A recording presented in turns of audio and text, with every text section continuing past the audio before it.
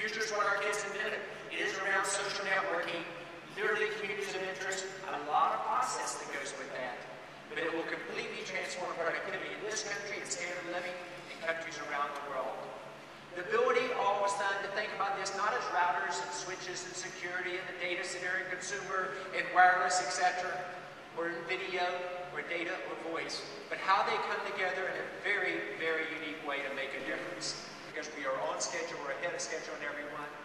And suddenly there's an opportunity for a company to become not just a leader in communications and IT in the world, but to be your best business partner. That's clearly our dreams and aspirations. The opportunity is going to occur because candidly the role the network is going to play.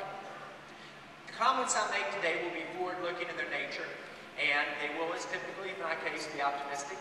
They are subject to safe harbor acts. I've got 3 years of law school, and I just showed you how valuable they were to me. But when you think about the questions that were on your mind, I always like to ask ahead of time, what's the number one thing you want to hear about? And the number one thing that we got back from you was, tell us where you're placing your big bets. Where are you going over the next 3 to 5 years? Number two, and I think we have to do a better job of this, give us your technology roadmap. How do these pieces not only evolve in terms of individual products, how do they play together? What is this going to enable us for the future? Because remember, Cisco and John, you've got to put in place the highway well before your business leaders or government leaders want to drive on it to innovate. Because often large companies only innovate in one or at most 2 product areas. Think about where it goes. The challenge last year, you all were very candid with me. You said, basically, John, do you all know what you're doing taking all the large giants in the data centers? And the answer was we had no choice. It's about virtualization first in the data center, then all the way. As the network becomes a platform, completely being transparent where your processes are, your storage is located, the applications, whether it's on your TV set, your PC, your iDevice, any type of tablet, etc., goes through a cloud. By the way, that cloud looks remarkably like the networks we drew 10 to 15 years ago. And suddenly you enable a new generation of productivity, a new generation of healthcare, a new generation of education through collaboration with video enabled.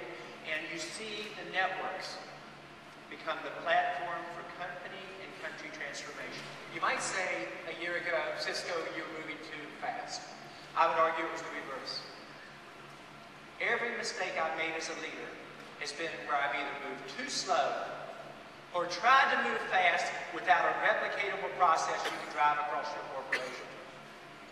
I would argue that's exactly the conversations we will have with you and with many of you. And look at the numbers that I shared with you earlier, the ramp-ups that are occurring and everything from the VCE acceptance with EMC and VMware to what we're doing with great partners like Network Appliance, to what we're doing in terms of the switching growing at a pace and across the board at a rate that I've never seen before. The ability to move into a new market where most people thought you couldn't go and to win many of the large accounts in the world. The ability to do partnerships in a unique way. The ability to suddenly start to move on clouds. And when you see this sudden crossing the chasm, which it just is in the process of doing, with these type of companies, you know what's about to happen. Tremendous impetus and direction. The ability to lead in consumer, we're entering and becoming the #1 play in the network wireless home environment with Linksys, then to realize we've got to create Linksys for us mere mortals, is that you don't understand. It's an instant replay of the internet, whether it's in a company or in the utility across the country. It's about moving around zeros and ones, except they're just electricity. It's about the ability to do this with security. There is no security. 360 different protocols coming to one. The ability to manage that with a common architectural play and open standards. Not just taking it from the meters, but your ability to do it down to your own, with the ability for you to set the parameters which reduce not your electric bill. You agree with that with your utility company ahead of time, cutting your bill by probably 30 or 40%.